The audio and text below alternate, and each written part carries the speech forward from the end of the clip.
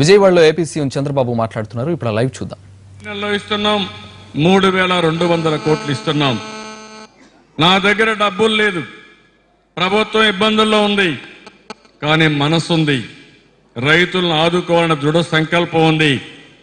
అందుకే 10% వడ్డీతో కూడా మీరు చేసిన అప్పుకి ఈ ప్రభుత్వం వడ్డీ రుణం 2 కట్టే బాధ్యత తీసుకున్నామంటే ఎప్పుడన్నా చరిత్రలో జరిగిందా లేదా ఒకసారి మీరు ఆలోచించుకోండి. డాక్రా సంఘాలకి 10,000 కోట్ల రూపాయలు ఇస్తున్నాం. మొన్నే ఏదైతే పెట్టుబడి నిధి కింద 3,000 రూపాయలు ఇచ్చా ఒక మెంబర్కి, ఈ నెలలో మళ్ళీ జూన్లో 3,000 రూపాయలు ఇస్తున్నాను.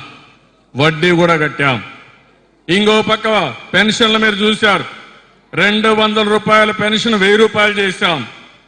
ఎవ్వరికి ఇబ్బంది లేకుండా జీతాలు ఎట్లా తీసుకుంటారో నేరుగా మీ ఇంటికే వచ్చి వాళ్ళ ఇండ్ల దగ్గర పెన్షన్ ఇప్పించిన బాధ్యత ఈ ప్రభుత్వాన్ని. ఒక బ్రహ్మాండమైన కార్యక్రమానికి శ్రీకారం చుట్టాం. ఈ పాస్ పెట్టాం. రేషన్ కూడా ఎక్కడా అవకతవకలు లేవు, పర్ఫెక్ట్ గా ఇవ్వగలుగుతున్నాం. నేను ఈ సందర్భంగా మిమ్మల్ని అందరినీ కోరేది ఒకటే, కొత్త రాష్ట్రం, 1,00,000 సమస్యలున్నాయి, ఇబ్బందులున్నాయి. కానీ ఈరోజు ప్రతిపక్షాలు సహకరించాలి, సహకరించకుండా విమర్శలు చేస్తున్నారు. అందులో ఒక విమర్శ మీరు చూస్తే అమరావతి రాజధాని. అమరావతి రాజధాని మన దగ్గర డబ్బులు లేవు.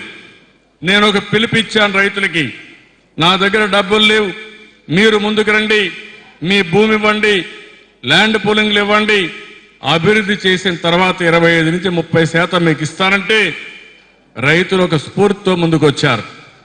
34,000 ఎకరాలు ప్రపంచ చరిత్రలో ఎక్కడా లేని విధంగా ల్యాండ్ పూలింగ్లు భూమి ఇచ్చారంటే ఇది తెలుగుదేశం పార్టీ పై నుండే నమ్మకం అని చెప్పి కూడా నేను మీకు తెలియజేస్తున్నా. ఎందుకంటే ఓసారి నమ్మకం ఉండాలి, నమ్మకం ఉంటేనే ఏ పని అవుతుంది. దాంట్లో మీరు చూస్తే వైఎస్ఆర్ కాంగ్రెస్ నాయకులు చెప్పేది 1,00,000 కోట్ల అవినీతి జరిగిందని చెప్తున్నారు. నేను అడుగుతున్నా, 1,00,000 కోట్లు ఎక్కడ అవినీతి జరిగింది? భూమి రైతులు ఇచ్చారు, సిఆర్డీఏకి ఇచ్చారు. దాని తర్వాత ఇప్పుడు 25 నుంచి 30% భూములు వాళ్ళకి ప్లాట్లేసి తిరిగి వాళ్ళకి అప్పచెప్తున్నాం. ఆ తర్వాత వాళ్ళు ఎవరైనా అమ్ముకోవాలంటే అమ్ముకుంటారు.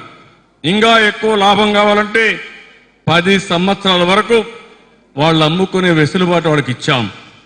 రెండోది, 10 సంవత్సరాలు నష్టపోతారు కాబట్టి సంవత్సరానికి ఎకరా మీద 35,000 రూపాయలు ఇచ్చాం. నెలకు 3,000 రూపాయలు చొప్పున, సంవత్సరానికి 3,000 రూపాయలు చొప్పున పెంచుకుంటూ పోతాం. అదే మరి మంచి భూమి ఉంటే ఆ భూమికి మాత్రం 50,000 ఇచ్చాం, సంవత్సరానికి 5,000 రూపాయలు చొప్పున పెంచుకుంటూ పోతాం.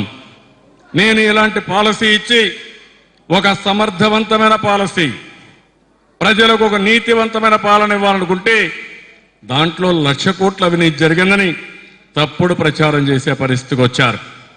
నిన్న కూడా ఢిల్లీ పోయినప్పుడు మాట్లాడుతూ ఉంటే నాకు అనిపిస్తా ఉంది, ఈ నాయకులను చూస్తే ఒక్క పైసా, ఒక్క ఎకరా కూడా ఇంతవరకు అమ్మలేదు, అమ్మే అవకాశం లేదు.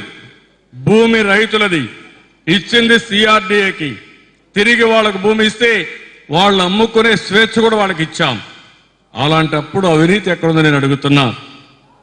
ఇలాంటి తప్పుడు ప్రచారాలు చేస్తూ వీళ్ళు పూర్తిగా అవినీతిలో కూరకపోయారు కాబట్టి తిరిగి మన మీద కూడా బురజల్లాలనుకుంటున్నారు. ఇది వీళ్ళ జీవితంలో ఇది సాధ్యం కాదు. నా జీవితాంతం నేను నీతి నిజాయితీగా ఉన్నా, నన్ను ఎవ్వరూ ఎప్పుడు కూడా వేలెత్తి చూపలేరని మరొక్కసారి మీ అందరికీ విజ్ఞప్తి చేస్తున్నా. నేను ఈరోజు మిమ్మల్ని కోరేది, కష్టకాలంలో ఉండే రాష్ట్రాన్ని ఆదుకోవాలి, అందరం కలిసి పనిచేయాలి, రాజకీయాలకు అతీతంగా ఆలోచించాలి. ఒక్కసారి మీరు మీ గ్రామాల్లో చూడండి, 2 సంవత్సరాల నుంచి ఇబ్బందులున్న పనులు ఏ విధంగా అవుతున్నాయి ఒక్కసారి చూడండి. రాష్ట్రం మొత్తం ఒకప్పుడు రోడ్లన్నీ అస్తవ్యస్తంగా ఉంటే ఈరోజు నేను ఒకటే ఆర్ఎండ్బికి చెప్పాను, ఏ రోడ్లో కూడా గుంత పడడానికి వీలు లేదు, ఆర్ఎండ్బి రోడ్లు బాగా మెయింటైన్ చేయాలని చెప్పాను. అవి కూడా పర్ఫెక్ట్ గా మెయింటైన్ చేస్తున్నాం. ఒకప్పుడు స్కూల్స్ కాలేజీలు సరిగా జరగకపోతే ప్రత్యేకమైన శ్రద్ధ పెట్టాం. ఈరోజు మీ ఆరోగ్యం కోసం వైద్య రంగంలో పెను మార్పులు తీసుకొచ్చాం.